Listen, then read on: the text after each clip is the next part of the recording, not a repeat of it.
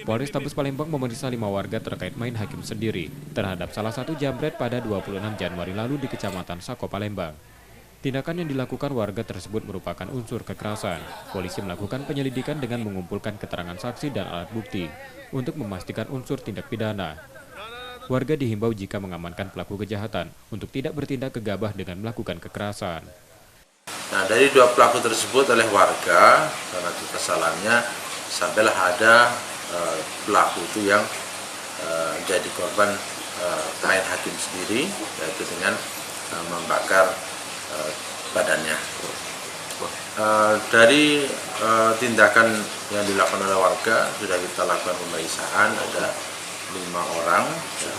Namun demikian untuk memastikan siapa yang melakukan pembakaran terhadap pelaku tersebut, sampai saat ini masih dalam penyelidikan. Ya, kalau memang bisa kita buktikan nanti bahwa ada warga masyarakat yang main hakim sendiri dengan cara melakukan kekerasan seperti itu, ya tentunya merupakan tindak pidana juga.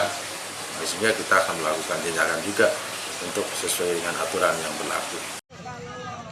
Sebelumnya, 1 dari 2 pelaku jambret nyaris tewas dibakar warga pada 26 Januari lalu. Warga kesal karena 1 pelaku berusaha kabur saat hendak diamankan. Reski Oktora, Muklas Diferensial, Kompas TV, Palembang, Sumatera Selatan.